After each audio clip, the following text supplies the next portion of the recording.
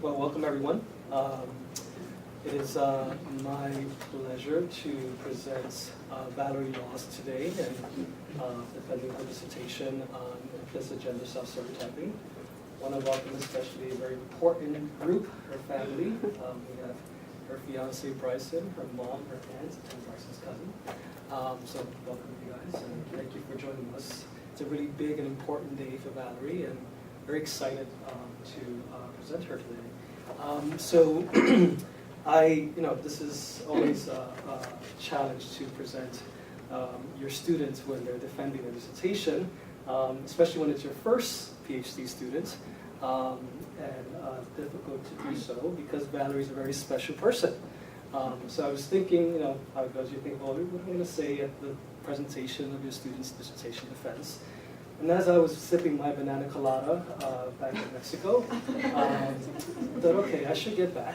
I was a little conflicted, not because, whether I should get back or not, but because I think this is, I'm not a parent and I'll probably never be a parent, but this is probably like the parent's experience when their child is going off to college, right? They're very conflicted.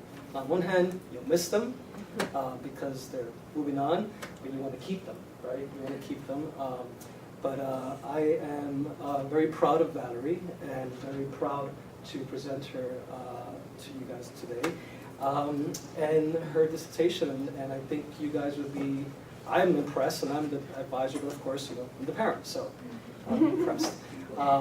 So Valerie's dissertation, as you guys will hear about, is a really, if I say so myself, is really important in social psychology, especially when it comes to gender self-stereotyping and gender stereotypes. And one of the main reasons why this work is important is because, as far as we are aware of, Valerie's work is the first work to show that these types of associations, which she'll talk about, can be manipulated, number one, and number two, can have some really important implications for women's self-image and their career attitudes. So it is my pleasure to present to this group Valerie Laws. Thank you. Thank you so much, everyone, for being here at this very early hour on a Monday morning. I appreciate you all being here. So the title of my dissertation, and thank you, Elise, for that introduction.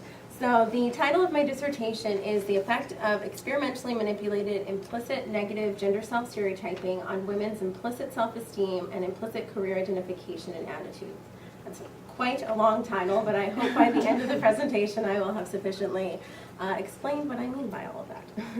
So first of all, I wanted to present a brief outline of what I'm going to talk to you about today. So that'll include an introduction of how I'll explain how women are underrepresented in male-dominated positions. Then I'll go into the definition of gender self-stereotyping and how that relates to several constructs, including self-esteem and career attitudes.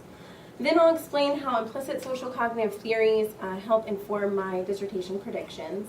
Then I'll follow that up with my 3 primary research goals for my dissertation, and that will include both the detailed methods and results for my 5 studies, and then I will end with the implications of this work. So despite the progress that's been made in our society towards gender equality, institutional sexism still persists. So institutional sexism involves institutional policies that restrict opportunities for women and make it difficult for them to attain positions in traditionally masculine fields. So evidence for this stems from the fact that women represent only 17% of the U.S. Senate and only 35% of doctors in the United States are women. So these high status positions tend to be dominated by men. And currently, women are paid far more than women. Men are paid far more than women and are unjustifiably preferred over women, even when they are equally qualified in the same positions. So research suggests that chronic exposure to sexism has important implications for the self-concept. So women who are exposed to gender stereotypes, women who are exposed to sexism subsequently describe themselves more in line with gender stereotypes than women who are not exposed to sexism. So sexism subsequently affects how women view themselves, and this has implications for women's career aspirations. In fact, even the mass media and pop culture perpetuates sexism, which is evident in these books, TV shows, and movies. So for example, blatant gender discrimination is portrayed in the movie Anchorman, where a female news anchor encounters horrific gender discrimination in the workplace from her male colleagues. In addition, a Princeton mother named Susan Penn, aka the Tiger Mom, recently wrote a book encouraging women to go to college with the sole purpose of finding a smart husband. So even women can perpetuate sexism, which affects women's self-image and career attitudes. So in this case, this woman is encouraging women to achieve a single career goal, which is to get married. So what is gender self-stereotyping? Self-categorization theory, which is a social group processes theory, argues that when people classify themselves as members of social groups, they're more likely to hold a mental representation of the self that overlaps with stereotypic and group traits. And more social cognitive theories, which stress the basic cognitive structure, define the process of gender self-stereotyping as the association of widely known gender stereotypes about one's gender and group with the self-concept. So as a case in point, gender self-stereotyping can occur when the following associations are made. I myself am a woman. I view women as weak, dependent, and moody. Therefore, I view myself as weak, dependent, and moody. So gender self-stereotyping can occur both explicitly and implicitly, and from here on out, I'll note this distinction between implicit and explicit gender self-stereotyping with the abbreviation of EGSS versus IGSS, so you'll see that on subsequent slides. So explicit self-stereotyping is a conscious process that is a conscious, deliberate association of oneself with the stereotypes of their gender and group. And because this explicit self-stereotyping is a conscious process, individuals can easily self-report it on questionnaires. In contrast, implicit self-stereotyping is the non-conscious, automatic association of oneself with the stereotypes of their gender and group. So only a handful of the self-stereotyping studies have used measures of implicit gender self-stereotyping. So relatively little is known about the underlying processes involved with implicit gender self-stereotyping. And a common way to operationalize or measure implicit attitudes is using reaction times, which uses the indicator of the strength or weakness of implicit attitudes. So research demonstrates individual differences in measured gender self-stereotyping. So my dissertation work focuses exclusively on negative stereotypes because they have more clear and detrimental implications for self-esteem and career attitudes. So research on the looking glass self argues that individuals see themselves as they imagine others see them. And according to this looking glass effect, because society in general holds negative stereotypic beliefs about women, these attitudes will likely become an internalized representation of how women imagine others perceive them. So it's likely that this negative internalization can have damaging implications for women's self-concept. So the looking glass self hypothesis would predict that stronger implicit gender self-stereotyping would produce lower self-esteem.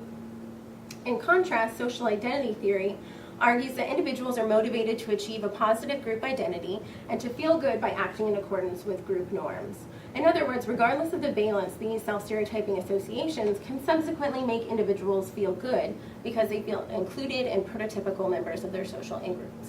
So social identity theory would predict that stronger implicit gender self-stereotyping would produce higher self-esteem. And only a small amount of research has been conducted on the relationship between gender self-stereotyping and career attitudes.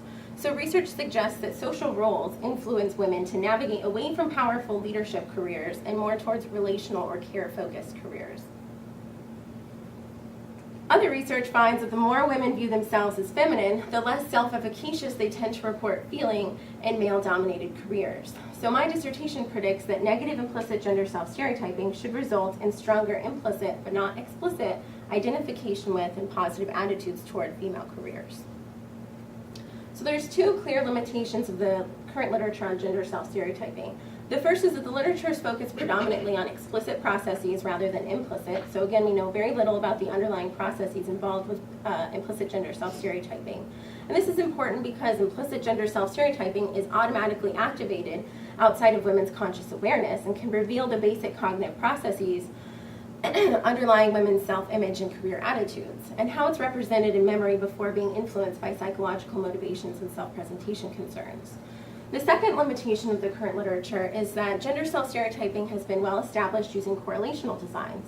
However, these designs are limited in their ability to infer causality. Specifically, does self-stereotyping cause changes in relevant outcomes? So the first goal of my dissertation is to extend the current literature by developing a paradigm to manipulate implicit self-stereotyping.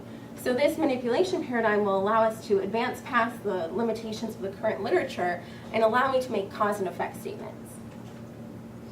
So again, the first goal of my dissertation is to develop an experimental manipulation of negative implicit gender self-stereotyping. And this is based on implicit social cognitive theories. So consistent with these theories, priming effects can reveal the basic implicit social cognitive structure and underlying processes of gender self-stereotyping.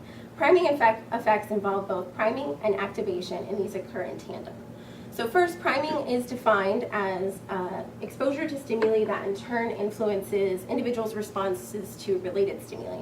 And priming is paired with activation, which is defined as the increased accessibility of particular constructs or associations. So my dissertation utilizes both of these ideas in the manipulation of implicit gender self-stereotyping by priming the constructs of self and negative female stereotypes, which activates implicit gender self-stereotyping. In addition, several implicit social cognitive theories make the prediction that individuals' implicit attitudes tend to influence other spontaneous, automatically activated constructs and responses. So for instance, the double dissociation model of attitudes postulates that dual attitudes coexist in memory and guide behavior such that implicit attitudes direct spontaneous behaviors while explicit attitudes direct deliberate behaviors. In addition, balanced identity theory argues that individuals' drive for consistency should create automatic interrelations between the constructs of group, self, group, and attributes, and these should be more strongly interrelated at an implicit level rather than an explicit level, because automatically activated associations among mental representations are not subject to social desirability constraints. So things like demand characteristics or evaluation apprehension may mask these associations when they're measured explicitly. So in line with these arguments, my dissertation research predicts that activating automatic associations between self and negative female stereotypes are more likely to impact implicit outcomes such as self-esteem and career beliefs. So my dissertation research has three primary research goals. The first is to develop an experimental manipulation of negative implicit gender self-stereotyping. The second is to experimentally demonstrate that implicit gender self-stereotyping decreases women's implicit self-esteem. Finally, the third research goal is to experimentally demonstrate that implicit gender self-stereotyping increases women's implicit identification with and implicit positive attitudes toward female careers. So now I'll briefly describe which research goals are addressed in each study.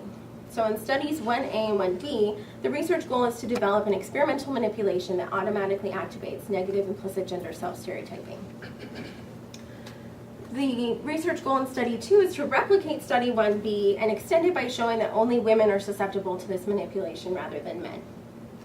In studies 3 and 5, the research goal is to experimentally show that implicit gender self-stereotyping decreases women's implicit self-esteem. Then finally, in studies 4 and 5, the research goal is to experimentally show that implicit gender self-stereotyping increases women's implicit identification with and implicit positive attitudes toward female careers.